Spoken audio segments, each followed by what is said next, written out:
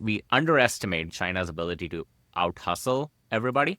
It's a transcript that leaked from a war mobilization tabletop exercise in Guangdong province. It says, basically, we've decided to invade Taiwan. How are we going to mobilize the population, mobilize the economy and industry?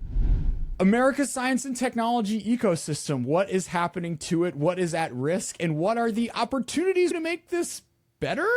Also, how is China interpreting what's happening in America's research ecosystem? How are they trying to build up their broader science and technology base? And what can we learn from Chinese war mobilization exercises? To discuss, we have on Divyansh Kaushik and Alex Rubin, both of whom work at Bleaking Global Strategies. Divyansh has an AI PhD from Carnegie Mellon, and Alex spent the past decade at CIA looking at China and technology. Welcome to China Talk. Thanks for having us. Thanks for having us, Jordan. All right, Divyansh, let's do a 101 about the broader American research ecosystem in the interaction between universities, government funding, and corporations. What does it look like in the 2020s? Yeah, so I think to better understand what does it look like today, we have to trace our steps back about 70 or so years and see how the American research ecosystem was conceptualized. It was that the universities would conduct curiosity-driven research funded by the federal government, and American industry was more focused on taking that research and putting it into applications. Yes, there were certain industrial monopolies that were created by the government, and Alex can speak more intelligently to that, which also conducted basic research, but overwhelming majority of basic research happened in academia, universities that were created by the as land-grant universities or other universities that existed before the war. And that system served us really well throughout. Basic research developments that happened in 1950s, 60s, 70s bore fruit, 10, 20, 30, 40 years later. That's the nature of basic research, where you do not necessarily have an application in mind right away, but one may emerge however many years down the line. So I'll give you an example. In 1970s and 80s, during the AI winter, when nobody was funding neural networks research because it was seen as a dead end, and there was no application at all, National Science Foundation, that was created to fund basic research through the federal government, was funding Geoffrey Hinton's work on neural networks, the only one to fund it at the time. And that work, fast forward 50 years, or 40, 50 years, let's say, has really shaped how we view AI today. That's the foundational technology behind all these large language models that you see. NSF also funded, for instance, the entire PhD of Andrew Barto, who's the father of reinforcement learning along with Richard Sutton. But Andrew created the entire field of reinforcement learning with Rich Sutton at a time when there was little application of reinforcement learning, little practical application. And reinforcement learning is the other component that goes behind LLMs, that goes behind AlphaFold, and the likes. So that's how America has pursued basic research. Now, looking to today, you see a lot of emphasis on why are we conducting research on shrimps on a treadmill, or fish being on cocaine, or things like that. And there are very genuine reasons why those projects have been funded, but to the general public, it appears, we are wasting a lot of federal research dollars. We are wasting money on things that have no actual application. And whereas agencies like, say, the NIH, the National Institutes of Health, they fund more applied research on medicines and have tangible outcomes that they can point to. Look, NIH funded this drug, that drug. NSF, on the other hand, funding basic research cannot point to these tangible benefits for decades, as, for instance, happened with neural networks. And so we are in this moment where there's a deeper conversation happening on what is waste, what is abuse of federal research dollars, and how to put that money to better use. Is industry funded research the way to go, or does the federal government have any role in the R&D ecosystem? Should it have a role in the federal R&D ecosystem?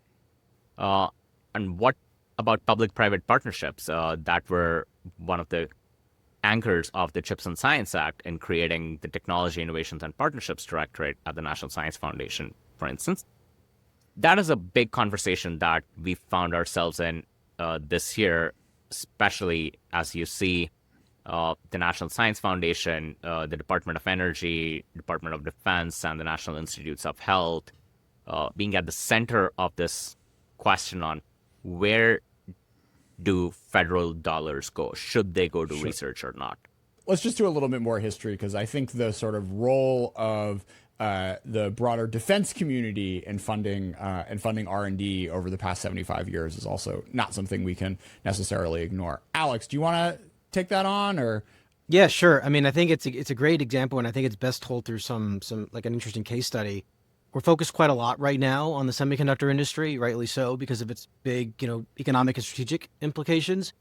But even the foundation of the semiconductor industry, you can draw a line right back to funding from the Air Force and from NASA for the Apollo program, and then from the ICBMs. I think one of the interesting examples here where we can kind of show a role for the federal government is in this kind of what's called the Valley of Death, which is bringing novel research from the lab and kind of giving it a pathway to market. And one of the things that the federal government has, and in particular the kind of defense procurement establishment, has been particularly good at, is in jumping in at this kind of crucial stage in the R&D cycle and providing a market for a lot of these technologies that then allow these companies to build up their production, build up their scale, reduce their costs, which then makes it, feasible for them to go into the commercial market. You don't have the modern semiconductor industry in the way that you have it today without those initial purchases from the Air Force and from NASA and from some other government entities. It's just, it's incredibly difficult to go from the lab to the market, especially when costs are super high. It's hard to find, a consumer to buy those products when cost is high. And that's where I think that's one of the ways in which government is I think, particularly important in pushing forward that cycle. We're talking about the role of federal government. We're talking about the role of federal government specifically in early stage, right, basic research. There are examples where industry has taken this on, and I think it's particularly helpful to look at the AT&T system, the Bell system during the 20th century. It's a classic case of industry doing that, exactly the type of research that we're talking about. But there's a couple of unique parts or unique characteristics that I think made it particularly possible for the Bell system to do this, right? So you look at the Bell system throughout the 20th century, it's composed of a couple of key units. You've got its kind of corporate headquarters up in New York. You've got its manufacturing arm, Western Electric, which is producing equipment that's going into telecom networks. You have the regional Bell operating companies, which eventually become companies like T-Mobile and Verizon. They're the ones that are providing local telecom service or local phone service. You have long distance service, and then the kind of key nexus throughout all of this is Bell Labs, right? And there's been a lot of really good stuff written about the history of Bell Labs and the role of Bell Labs. Things like the transistor, discovery of cosmic microwave background radiation coming out of Bell Labs, inventing the cell networks. I mean, you can kind of keep going on down the list of amazing technologies and innovations that have come out of Bell Labs. But the reason why Bell Labs was able to invest in both basic research and applied research is because of the consistent funding that they had, the consistent funding stream they had from this it was a government regulated monopoly. In the 1910s, government basically said to AT&T, we're going to give you the ability to be a monopoly. You're going to own the telecom industry.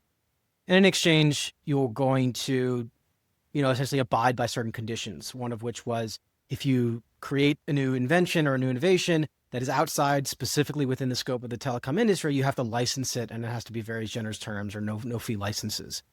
But again, so, if you look at how Bell Labs is able to operate, right, they have a consistent revenue stream coming from, they're essentially they're monopoly on cell phone service. They have a direct relationship with the manufacturer, so they're able to talk to the manufacturer and troubleshoot. As a product goes to the manufacturer, they're able to troubleshoot. Is this, there are ways that we can improve it to improve the manufacturing process, and they have a direct connection to their customers through the operating companies, so they can see, what is the market demand. A lot of these characteristics, most importantly, the consistent funding stream, that's exactly what we're talking about when we talk about why federal research dollars are so important for basic research. It's because they have that long-term consistent spending, which allows you to invest in things where you might not see a deliverable for 10, 15, 20 years down the line. That's different than if you're, investing in, what most companies are looking for, which is, maybe a couple of years of a time horizon, but they want some return on the investment, right? Justifiably so, right? They have to justify that R&D spend, and that's incredibly difficult to do if you don't have this kind of consistent market. So I think there's a way in which industry does this, but it's important to look at the characteristics that enable that, which similar to the characteristics that enable basic research spend from public sector. Divyansh, do you want to hit the sort of like universities' role in all of this angle? Today, for instance, universities are not, they're not just doing basic research. They're also doing a lot of applied research, a lot of industry-funded research as well. But the other piece that gets missed about the university's role today is creating this talent pipeline. Who is going to industry to conduct this industry research? That's the researchers who the federal government is funding at these universities. So these researchers they come to graduate programs, they develop intellectual curiosity by working on curiosity-driven research, by finding interesting problems to solve, because there's not a pressure to find a revenue stream for something right away. And they build that intellectual curiosity, they take that, and when they join industry, ultimately, let's say, they are the ones who are driving the industrial innovation that we see. And so universities play a big role here. They also play a big role in regional innovation and economic growth in their regions. A lot of spillover effects, the startups that are created, the jobs that are created as a result of this research funding. You see several economic studies out there showing multiple dollars returned as a result of a dollar spent on federal, as part of federal R&D spend on universities. You see how these universities are furthering national security objectives, as Alex alluded to as well. For instance, just look at how Carnegie Mellon, as an example, my alma mater, has been working with the DoD on several projects that directly impact the warfighter. Universities host FFRDCs, they host people from the Department of Defense as part of the research program. So the universities are playing a broader ecosystem driving role here, not just a tunnel vision role that is focused on quarterly profits. And there's nothing wrong with that vision. It's just those are two complementary roles, and so you can't just replace one with the other. There are some companies, as Alex mentioned, like most companies do not do basic research, but some do. You can take the example of Microsoft, as we saw with the Moderna chip on quantum that they spent nearly 10 years developing. And that was a result of consistent funding stream. But if you dry up that consistent funding stream for universities, what happens is, well, you have fewer PhD students coming into universities. You have fewer PhDs being, granted. You have fewer people joining companies like Microsoft, and you have fewer people working on new innovations like Moderna. So it's a whole broader ecosystem issue. Alex, can you talk about how jealous the rest of the world is of this ecosystem that America has built for itself? Well, so what I'll say is this. I mean, I think a couple decades ago, China in particular looked at the US R&D ecosystem and kind of said, yes, we'd love that. Can we bring that over here? And they've been doing, quite a lot of work, both in terms of dollars spent, time, high level attention, up to, President, Xi Jinping is constantly talking about the importance of basic research, the importance of improving China's STEM education system, the importance of talent as kind of the key enabler of not just China's technology development, but as, a key enabler for China's, growth as an economic and global power. And a big part of that is looking at the U.S. kind of R&D ecosystem and trying to, to in some sense replicate it. It's like Divyansh said, it's an incredibly effective way at generating innovations, at leading them to market, at generating, dominance, first mover advantages in critical new technologies. And it's exactly what we're seeing going on right now. I mean, if you look at what China's doing in its own R&D ecosystem, its education system, I mean, they're kind of focusing in three main broad categories. So you have, and I think, it really emphasizes the generational investment. Just to throw some numbers on the board for people, it's like about $50 billion a year the U.S. spends on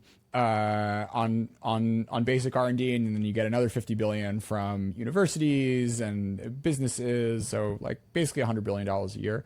American market cap for technology firms, 80% of the world's global technology market cap, 80% of Nobel Prizes or science Nobel Prizes over the past 50 years have had one of the winners have a U.S. affiliation.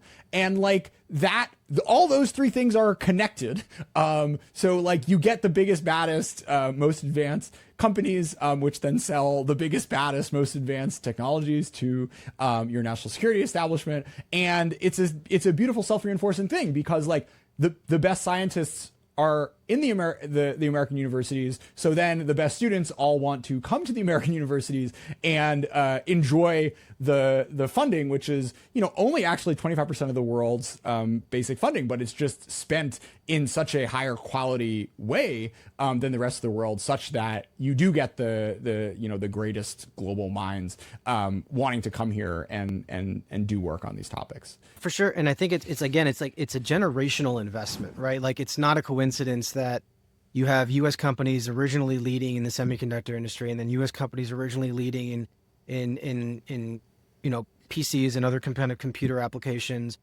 translate to the place we're at right now with AI, right? Like they build upon each other.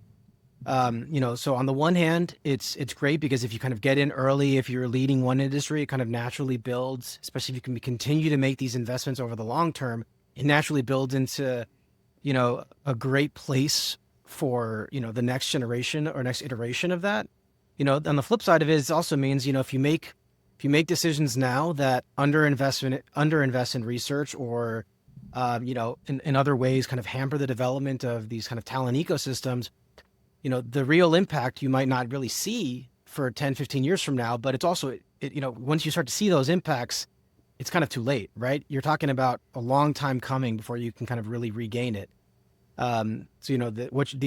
Research investments now, research decisions now on whether it's, grants or just, graduate programs, all of this type of stuff, it's the type of thing that's going to be, you're going to start to see the impact, 10, 15 years from now.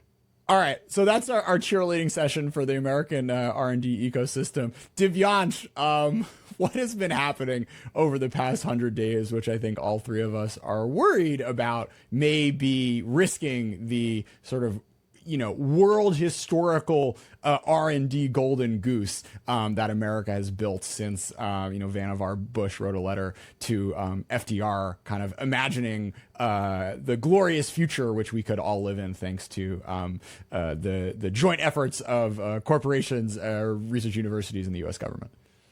Yeah, actually, I would reframe the question from just the last 100 days to like over the last year or so.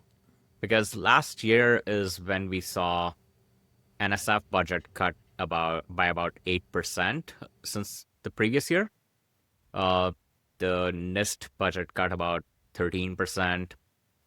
DoD basic research budget cut about 4%. Right? What has happened this year is like you started, for instance, early on in the administration, we saw NIH change its policy on F&A benefit and, unilaterally changing it to 15%, which was challenged in court. Then came decisions on layoffs at several federal funding agencies. And more recently, you saw DoD and DOE follow NIH on capping F&A at 15%, which we can get into in a separate conversation. But you also saw NSF cutting about 400 grants that it had previously awarded, ending them. You saw the NSF director resign, and amidst rumors of potential additional layoffs coming at NSF. Former Trump appointee, mind you. Former Trump appointee, correct. And unanimously confirmed by the Senate. So, the other thing we saw in the news was leaks from what the president's budget request might be, where NSF could face about 55% budget cuts, and NIH could face similar cuts as well. So that is something that has been on top of mind for the research community, for both academia as well as industry. I think I was reading this blog post that Brad Smith wrote on quantum recently, where he talks about the importance of basic science funding to develop the workforce, right? So I think it is on mind for everybody. There was a letter that several former national security leaders, including former Trump appointees, including his former Homeland Security advisor and several others, signed to Congress, laying out the impetus for funding basic science research in this moment. Because you look back, as Alex was pointing out, when you compare with China, last 7 years, China has increased its basic R&D spending by 10% year over year.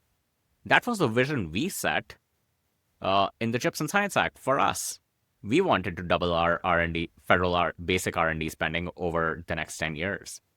And instead, we have not met the moment. There's about $50 billion or something like that of CHIPS and Science Act authorized money that has not been appropriated for the science part. So that is the moment that we are living in. Separately, on the talent side, I think there was some movement there where certain universities got letters or CVIS terminations for some PhD students, which the administration then reversed. And so I think that is also playing in the minds of several universities and researchers, like, how will this broadly play out? At the global stage, you saw France and Australia try to capitalize on this, China too, by establishing specific programs for US researchers who want to move to those countries and build there, conduct research there, provided long-term stability in funding and residency and whatnot. So I think this is kind of where we are. Wait, you missed one, Divyansh. We've also got the war on specific universities with, big fights with Columbia, with Harvard, where you just have, it's not just the 400 NSF things that said, DEI and them getting canceled. It's also just like you get your research canceled because you are, you happen to be a PhD student or a professor at Harvard. And that certainly happened. But, it's kind of interesting. And in fact, as we are recording this, President Trump just announced that he's going to name Secretary of State Marco Rubio as interim national security advisor and nominate NSA Mike Waltz for UN ambassador. So a lot is happening. No. What? Oh my God! Live reactions. Best possible outcome. That was the best possible outcome. No comment. I was ready for the Loomer national security advisor era, but I guess that might have to wait a year or two. The reason I point that out is because there's an important aspect that the National Security Council also plays in this conversation by emphasizing the national security importance of federal R&D and Alex knows this very well from his previous job on the critical benefits that brings. So the Wait, this is why we got to stay on this for a second. This is like, we haven't had this since Kissinger. I mean, this is like, right, Alex? I mean, has there ever been another dual hat? No, I think Wow. Kissinger was the one and only. Yeah. I mean, I wonder, there's been all this talk about like NSC reform, right? And like it's not a fixed organization, and I wonder if this is a moment for some of that. But then again, like the Rubio state reforms were actually kind of underbaked relative to like what people were talking about and what even I expected him to do in terms of like structured organization. We have no idea what we're talking about. But I know this is we got to lean into this a little bit, Divyansh. I've never had like a breaking news moment. I mean, like, but it is very like there is a lot of Nixon energy, I think, and it kind of like I sort of see it. I think this is like I would be buying America on this news. Like I really think it could have gone a lot worse than Marco Rubio. So. I mean, as it relates to like the tech stuff, I mean, he's been like center stage on the importance of investments in technology, on the importance of, on the centrality rather of technology within the competition with China. I mean, you can go back to his time where I think they put out there's like a report when he was time on the Senate where he was like essentially he was looking at Made in China 2025, right? And to think, again, it's all center stage there, right? It's technology is the key battleground, if you will. And, if we're going to use that metaphor, we can send it a step further and say, well, researchers, scientists, and engineers, they're the frontline soldiers, right? They're the frontline soldiers that are, contributing to U.S. power or what have you in this space. This is wild. I mean, there was like New York Times articles earlier this morning where some people were saying Waltz got fired because he was too much of a hawk. And I mean, I guess that's just someone leaking that they want that to be the narrative. But Rubio, it's weird because we do have this very odd disjuncture, right, Alex, between like him as a senator for a decade plus and then him in his MAGA era, which is like, I don't know, like I think JD feels it in his soul a little more than Marco does. And we'll just have to see. I don't know. Wow. All right, back to science and technology. So before we get into on the plus side stuff, Divyansh, like I think it is important to grapple with like what we are, what the university ecosystem is facing from both from a talent and from a funding perspective, because international students are an extremely important part of the funding mix, because almost all of them pay full ride. And then you have kind of the government funding, which is a really important funding stream. And the fact that like there are only really like 10 or 15 universities that have these multi-billion-dollar endowments that would allow them to kind of ride out a massive external shock, like your international students halving or all of your funding going away, such that like you don't have to just like pack up shop and close or sell to a private equity firm or something. The sort of you glossed over it a little bit, the immigration stuff, but it was very scary there for a wide range of students who were worried to leave the country. And I think there's like even though the courts have reversed it for now, my fear is that this is something that is going to be lingering in like every parent around the world and a lot of PhD students when they're thinking about where they want to set up shop. We'll see how this plays out. We'll start seeing the yield data come out from universities soon enough, and we'll see how many students accepted the offers. So because we're at May 1 right now, April 15th is the deadline for students to accept or decline their offers. So we'll start seeing that. But just looking at this, we've had an 11% drop in international student enrollment since last year, between March of 2024 and March 2025. This is a similar trend we saw in 2016 as well, between March 2016, March 2017.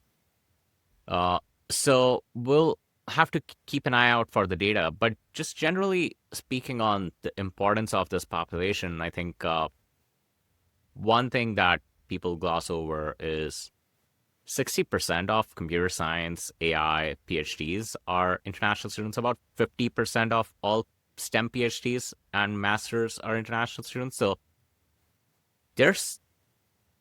if you want to replace that by just domestic population, it's going to take a lot of time, and it's going to take a lot of concerted effort. However, if you look at the data, the number of domestic computer science undergraduates who are going for a graduate degree has not changed since 1990 or 1995, something like that. China has a population that's 4 times the US population. They produce twice as many STEM PhDs, twice as many STEM masters, 4 times as many STEM bachelors. Gone are the days when you could credibly say that their quality of STEM education is not as good, or their quality of STEM research is not as good. They have both the quality and the quantity. The only way we can really match is by recruiting a rest of the world team here. Just based on the numbers. They have way more bodies to throw at hard problems than we do. And so that's an important factor that we should be considering as part of this conversation. All right, Divyansh, let's come back to your on the plus side. What was that thought? Just look at what Michael Kratsios said. At the Endless Frontier retreat, just about 16, 17 days ago, April 14th, where he was talking about how this is going to be a golden age for America, golden age of America, how we are in the early light of this new golden age, and the American hope and the possibility of progress, power of science and technology. He was talking about that this golden age is only possible if we choose it. And then he laid out exactly how he wants to pursue this, right? Like how ours was the atomic age and how we have to fight to restore that inheritance. And he laid out really okay, we have to rethink how we do federal R&D spending. Smarter ways to do it. And that's not to say that the Biden administration didn't do it. They did. They did a lot of those pilots. But making those the primary way of doing R&D would be a great way, a great thing that this administration would do. And, new experimentation, prize competitions, I think those things will be really, really good. We have to really think about how do we do this better? How do we get the most juice out of every dollar that we spend on R&D? I think he really talked about how we cannot just have a protect agenda to maintain American dominance. We also have to have a promote agenda. We have to shape a funding environment that makes clear what our national priorities are, that we enable the scientists to create new theories and empower engineers to put them into practice, use advanced market commitments, and just multiply the impact of government-funded research here. So I think there was a lot of positive in that address that gives way to a lot of new opportunity for the administration to really scale this up. I think now's the time if people have bold ideas to go forward with them.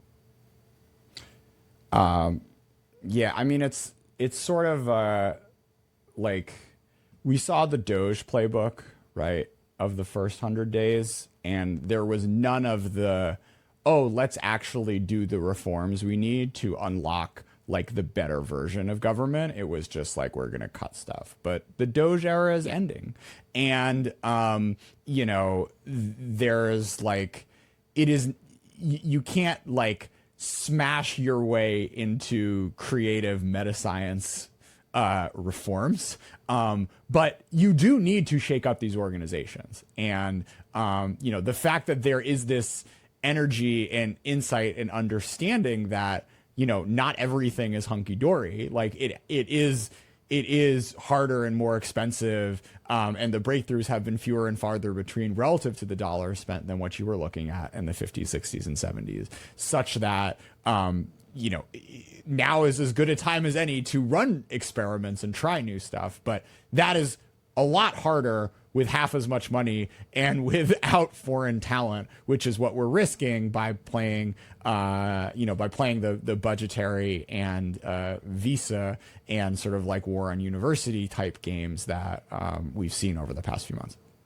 Yeah, and I would say to that, right, like my good friend Caleb Watney has a good saying here that if he were to see for a federal R&D from like a VC lens, given the big presence of VCs within the government,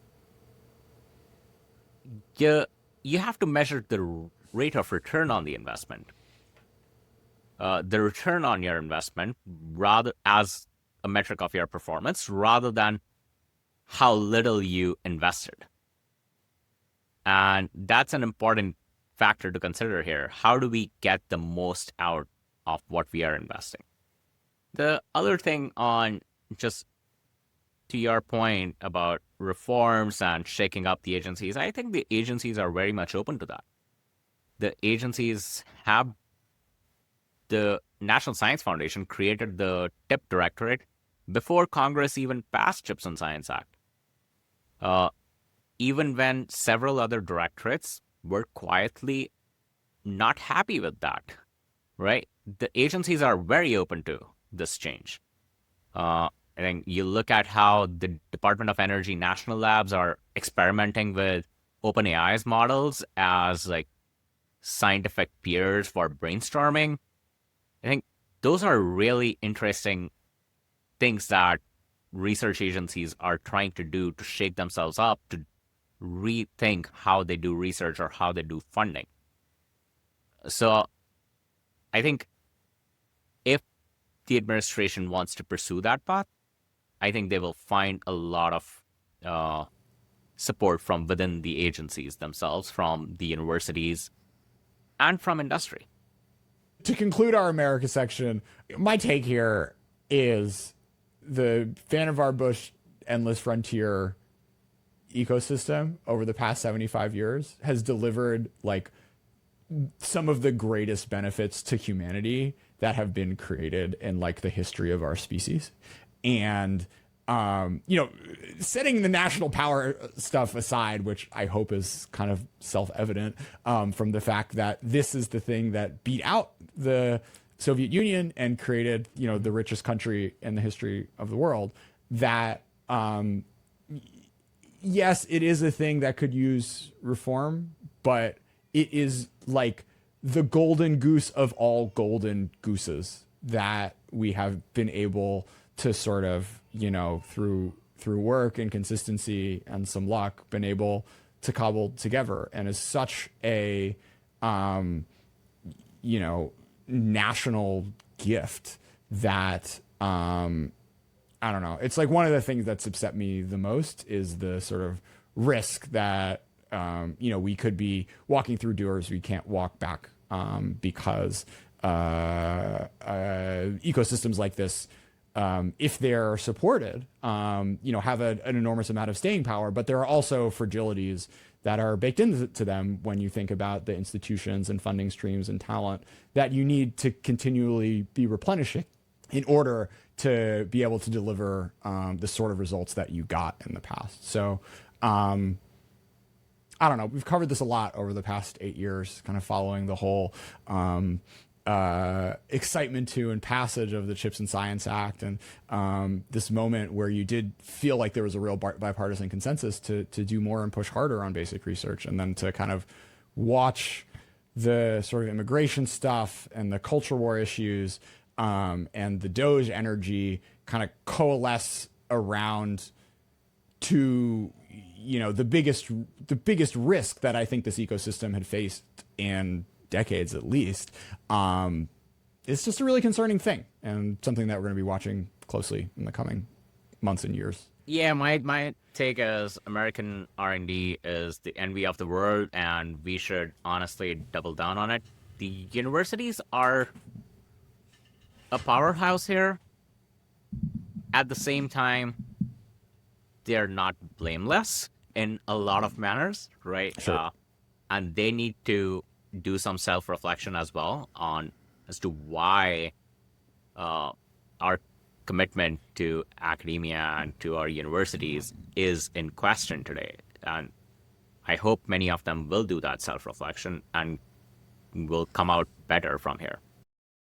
And if I can, I would also just like to add, I mean, I think we've talked a lot about labs and academia and kind of higher education levels, but I think it's also just important to highlight, right? Like the R&D ecosystem is even broader than that. It includes community colleges, it includes vocational schools, like technical training programs, right? These are, pumping out, the technicians, the ones that are actually running the equipment in these labs, which again, so crucial. I think if you look at some of these like big tech companies, like especially the ones that have, significant manufacturing roles, most of their employees aren't PhDs. They're community college graduates, or, they've gone to some sort of technical training program. There's actually a pretty significant like veteran population in the semiconductor industry, like hiring a bunch of former mechanics because they've got the requisite skills. Again, not PhDs, but skills necessary to kind of maintain this equipment. And I think the last part of it, which gets at just the generational investment, is K through 12, right? If you really want to boost the quantity and quality of graduates coming out of your PhD programs and your master's programs, it starts at those early stages. We'll talk about what China's doing in that space later, but like it starts at K through 12 because it's about slowly over time building technical literacy to the point where when you get to an undergraduate program or a graduate program, your math and your science skills are already at par with where the rest of the world is at. I think the administration does recognize that, right? Like you saw the AI in K through 12 executive order come out recently, which very much tries to like steer the education system to better incorporate AI education and AI in education through those through K through 12, just to make sure that we have an AI ready workforce over the next couple of years. So I think Alex is just spot on here, and this again goes to my optimism with the opportunities that lie ahead for us. All right, Alex, China. What are the long-term strategic intentions of the Chinese government when it comes to science and technology? I kind of like landed a while ago on what I think is the best way to capture it. And I'm going to paraphrase Matt Damon in The Martian. So I think it's, Xi Jinping's planning to science the shit out of China.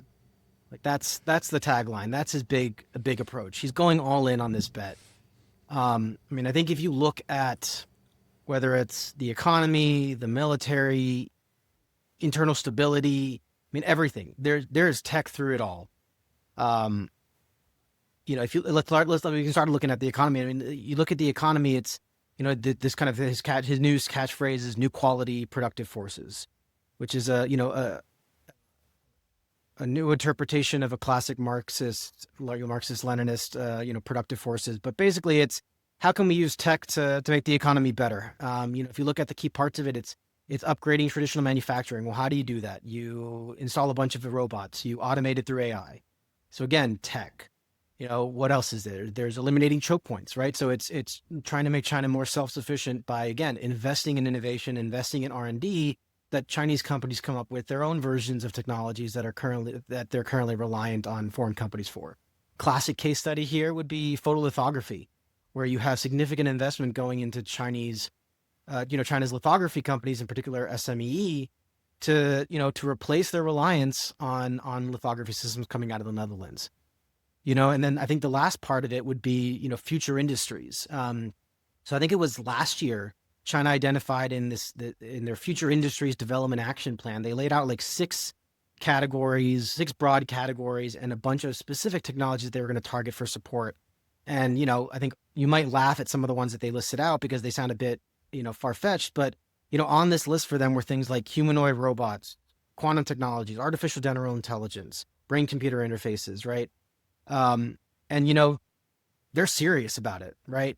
They are serious about leveraging all these technologies for the economic benefits because they view it as, I think they're very much viewing it as, the U.S., to a point that Divyansh mentioned earlier, the U.S., by leveraging the golden goose of its R&D ecosystem, positioned itself to kind of dominate the big revenue generating sectors of the modern economy. And they want to be the ones to dominate those sectors moving forward. And so they're making those investments now. I mentioned, socially, even like you look at some of the things that Chinese leaders like Xi are particularly concerned about, top of mind are things like social stability, things that potentially, run the risk of undermining the party's control on, hold on power. And, how are they trying to boost their control? Again, it's technology. It's leveraging AI-based tools to improve surveillance, whether it's like facial recognition, gait recognition, voice recognition, predictive analysis. Again, it's technology-based solutions to monitor and control the population. Even things, and I think one of the things that often gets overlooked is if you look throughout Chinese history, the leading cause of revolutions, rebellions, during in the dynasty periods was famine and drought, right? Leading cause. They, Chinese leaders are very concerned about food security. They're very concerned about China's ability to feed itself. For the last, I think it's 22 years, the first document, the number one document that comes out every January from the State Council and from the CCP Central Committee, it's a policy for the year on rural policy for agriculture. Again, it's because they're super concerned about food security. Partly it's because of just the lack of arable land, pollution, all that type of stuff. But again, their answer for improving grain output, farm output, it's technology. It's technology-based solutions to address all of these major concerns. And so, if you look at, what is China's plan, both moving forward, but also what their plan has been from the reform and opening period up till now, it's been let's invest as much as we can in technology and in science, and let's find a way of leveraging that for the whole host of things that we're trying to do. So yeah, it's science the shit out of China. Yeah. And just to add to what Alex was saying, they've openly said in many documents how they want to copy the U.S. system. Like, I remember I was testifying last year to Senate Energy and Natural Resources on some of this where, the Chinese 13th five-year plan, for instance, explicitly calls out like Argonne, Los Alamos, Lawrence Berkeley National Labs as like crown jewels of, U.S. innovation, and how China wants to mimic the U.S. national laboratory system to basically, focus on national goals, strategic needs, target international technological frontiers, all the things that Alex was pointing out.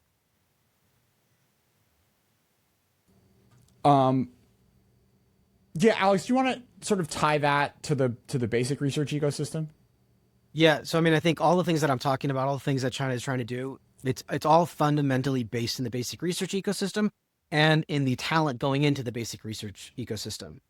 You even, like I said, I think we said this earlier, but you even have Xi Jinping talking about how basic research is the foundation of China's technological progress and how talent is the key enabling factor, enabling that their ability to develop.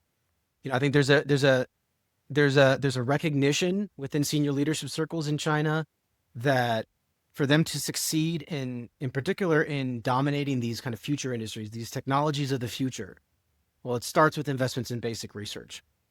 They're facing challenges in actually following through on those investments and shifting their investments away from applied research and toward basic research, just given kind of the long-standing investments that they've put in that space. But there is a broad recognition that if you want to be competitive, if you want to be a global technology leader, you have to invest in early stage research. You have to invest in basic research, and you have to, importantly, train the people to be able to go and staff those facilities. I think when we talk about basic research, often we end up talking a lot about, building out the infrastructure, right? Whether it's, buying up GPUs or building up data centers to train models. But fundamentally, you can build out the best infrastructure in the world. You can fill it with the best equipment in the world. You can give it as much money as you want. But if you don't have the people that know how to use the equipment and then know what to do with the equipment, then it does nothing for you, right? If it all inevitably comes down to, do you have the people and you have them, collected enough, working together enough with the right training, with the right experience, with the right connections to really be able to push science and technology forward. All right, Alex, what's your take on the line that China is looking for good enough technology, as opposed to Nobel Prizes and really frontier stuff? So I mean, I think it's essentially China's doing both.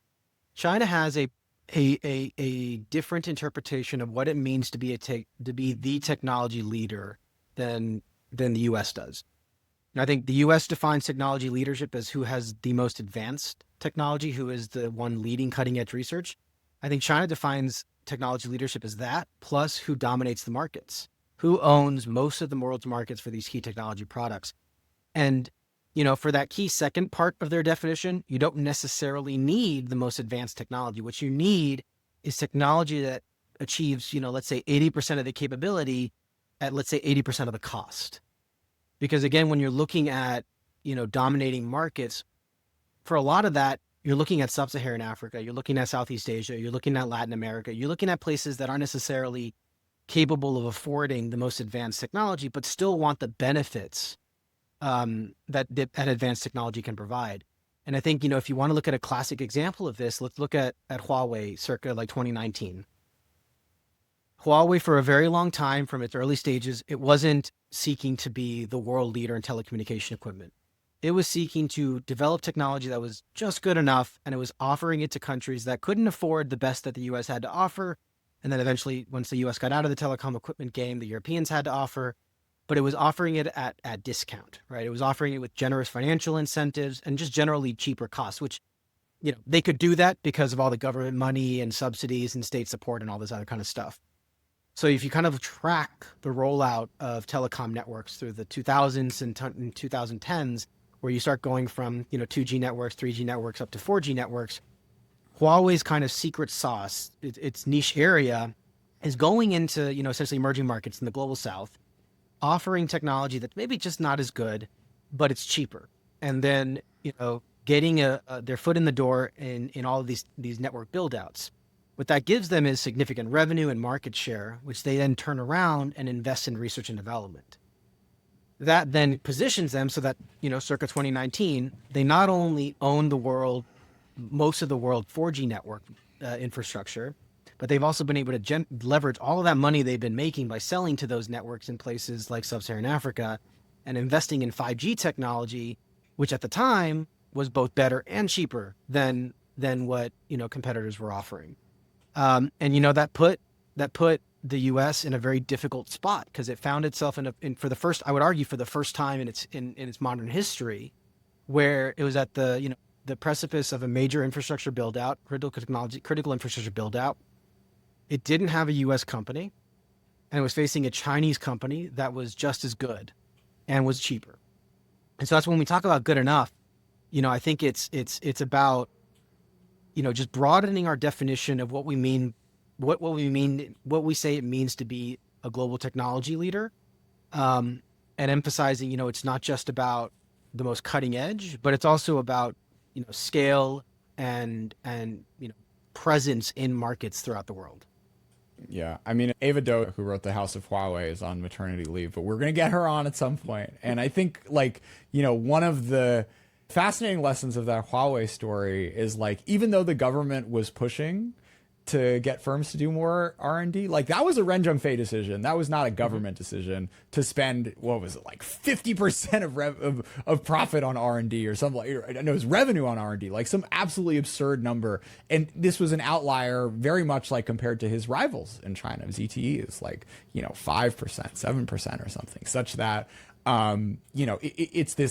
it's this interaction between, yes, the government support, yes, the sort of domestic scale, but also just really incredible sort of visionary founders, who sort of see that long game of look, I am in this in order to make like the baddest technology company on the planet, not just like be okay.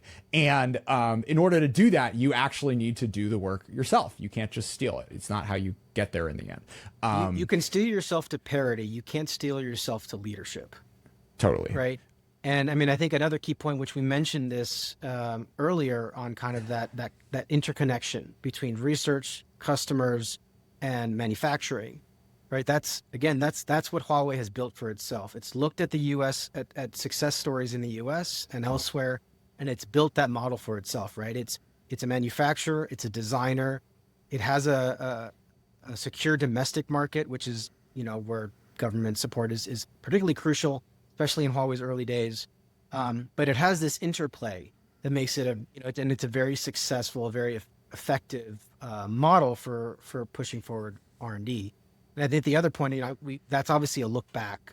But right now, right, we're seeing a lot of the same dynamics play out on a whole host of sectors, where if we're not careful, right, we could find ourselves in the same exact position later this year, 2 years from now, where again, we're seeing critical infrastructure sectors being either reliant on Chinese technology or having to choose between choosing a Chinese company as your supplier or having to pay having to pay more money and be less competitive by going elsewhere. Yeah. I mean, I think that's something that like the broader American, media political ecosystem is only starting to process is like China will be ahead in major commercial technologies over the next 5 years. You've already seen it in drones. You already saw it in telecom.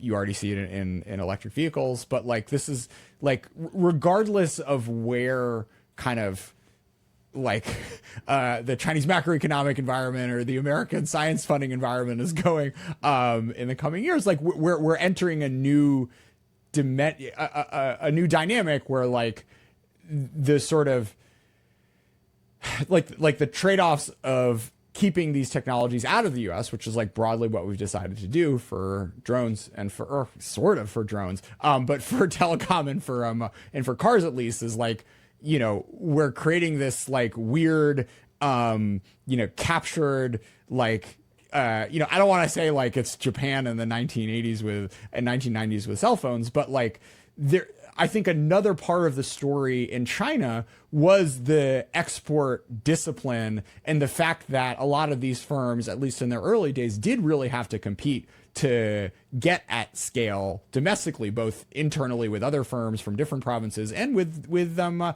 fighting against Apple and with Tesla. And, one of the sort of things that I think US from a policy perspective needs to like keep its eye out is like, just because we don't see the cars here doesn't mean they don't exist and they aren't getting better and they aren't, winning over third markets and they aren't forcing GM and Ford and Tesla to get their shit together. So, I don't know, that was a lot of domestic policy, Alex, but but even if what a Chinese company is offering right now isn't as good or is more expensive or whatever as what a US company is offering right now, right? They've consistently shown that they're able to, leverage legacy technology to then eventually move up the stack so that they find themselves, they put themselves in a position where they can get to world leading technology. So I think, just so much, focusing so much on where are they right now and how good is what they offer right now, I think, misses the risks, in years to come of their ability to again, leverage good enough technology, leverage legacy technology to eventually generate for themselves, either through theft or innovation, world leading technology. Divyansh, you want to say anything about this?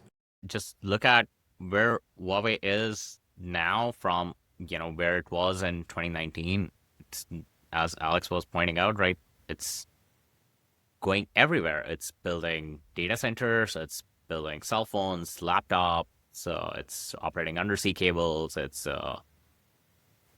invested in EVs. It's not just a telecom company anymore. Same is true in many other scenarios for many other companies. And so to Alex's point that we have to be careful and we have to try and project it out rather than just look at a static moment in time is extremely critical, especially as we try to take more protect and promote actions. where do they want to be? And you don't even have to assume. They've all laid it out. Made in China 2025 was not a hypothetical document. They met every single objective there. The AI 2030 plan was not a hypothetical document. Where they said they would be in 2025, in that document, they are there. So they're very open about where they want to be. And we're just sometimes overconfident about how much our lead is versus, and we underestimate. We have an uncanny ability of underestimating China's ability to out hustle everybody. And so I think that is something that people should be careful about. When I was fundraising for the China Talk Institute, which now exists and is still taking donations, we're doing great work around Chinese AI, biotech, and strategic competition. A number of funders asked me, doesn't the IC just kind of like have all this like China technology stuff covered? What would you say to them when they're thinking about what the IC can and can't do, and the utility of folks kind of writing about this stuff independent from the government and publicly? Fundamentally, we're talking about commercial technologies. We are talking about actors that are commercial entities, right? Companies, academia. We're talking about, I think the other part of it is we're talking about industries that for a lot of them are relatively, everybody knows each other, right? Like key players know each other. And so, there's an inherent need because of that for things like China Talk, or just generally speaking, right, for a key role for industry, for all of these players, for a couple of reasons. I think one of them is so much of the key insights that might be technological in nature, but can have significant strategic implications, are rumors circulating within industry, or insights that a company is gaining from talking to a customer or talking to a partner, whether it's in China or elsewhere. And so there's significant value to be gained in that regard.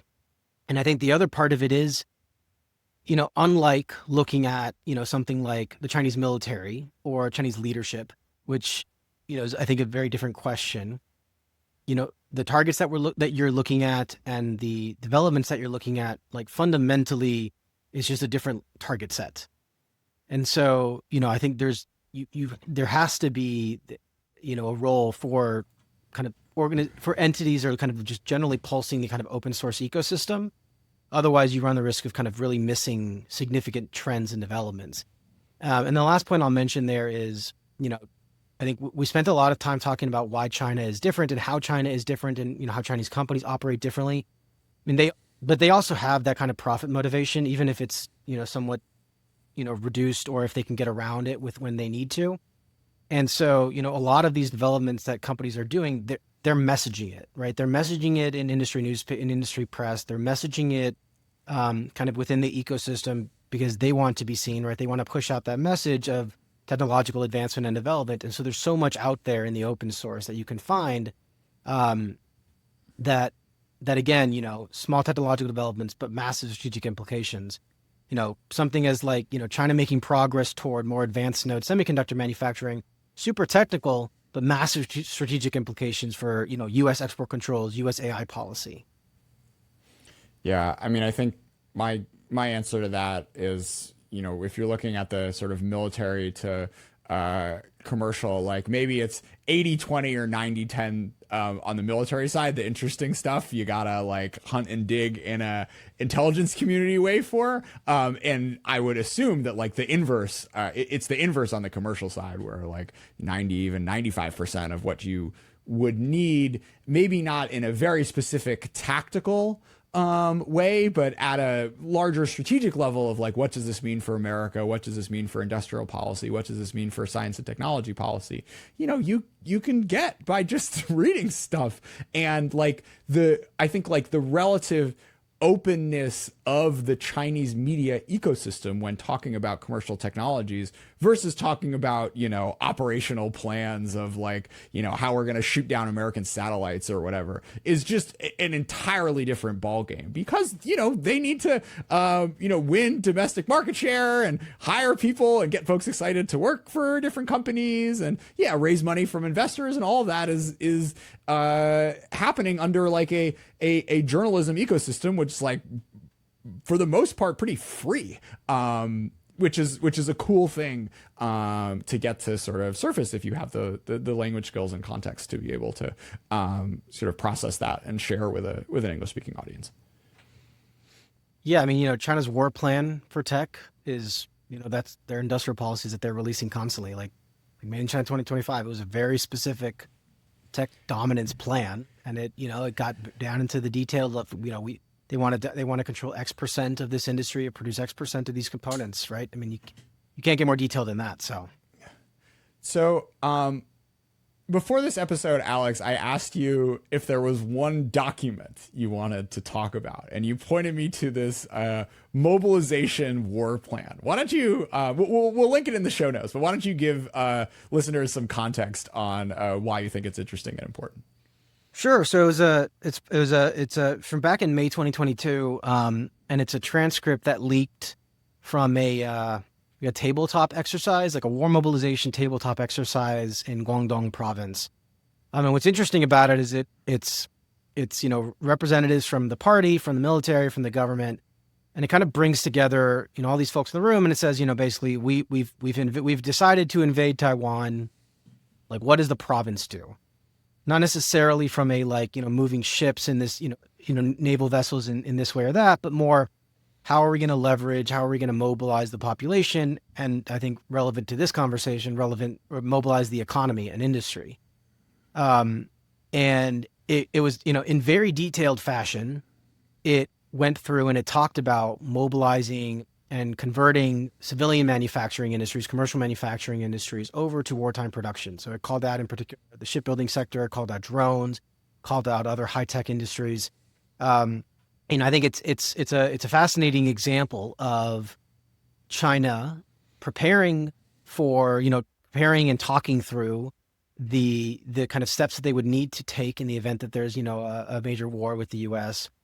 Not at the national level, right, but at the provincial level.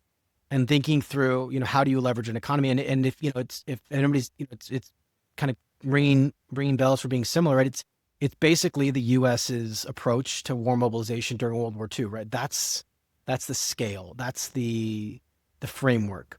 It's leveraging the benefits of China's decades-long investment in expanding manufacturing capacity to, essentially outproduce the U.S. in the event of a conflict. And so, it's a great transcript that's kind of rare, surprisingly very detailed, and kind of goes through pretty much all the kind of considerations that they're thinking about, whether it's, mobilizing reserves, recruiting people, mobilizing maritime industries, aerospace, repair yards, like militias, everything is in there. And when I read this, I was like, oh, this is like kind of cute, but maybe it's sort of cosplay like in that like Americans, like, we do like nuclear war games for fun, I guess. And there's something about the sort of history of the party and the Chinese system where like national mobilization is like the coolest, most exciting time to be alive. But your sense is that no, I shouldn't just take this with a complete grain of salt. Convince me otherwise, Alex. Yeah, I mean, I think if you look at, you can even find this in like local Chinese press, which I was able to just by like literally asking ChatGPT to find articles for me.